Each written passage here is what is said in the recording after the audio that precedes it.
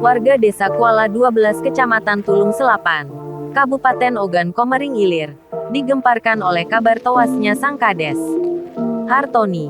Kades Kuala 12 tewas ditusuk Jumat tanggal 29 Juli tahun 2022 malam.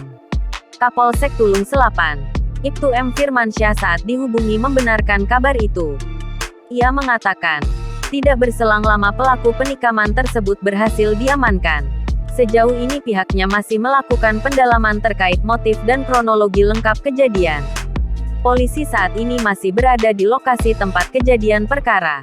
Informasi yang himpun pembunuhan Hartoni, Kades Kuala 12 Kecamatan Tulung Selapan Oki terjadi sekitar pukul 18.11 waktu Indonesia Barat, Jumat tanggal 29 Juli tahun 2022.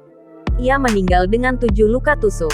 Kejadian sewaktu korban mengambil wudhu salat maghrib. Hartoni rencananya akan dikebumikan besok, Sabtu tanggal 30 Juli tahun 2022, di Desa Petaling Kecamatan Tulung Selapan Oki. Jangan lupa subscribe, share, komen, dan like ya!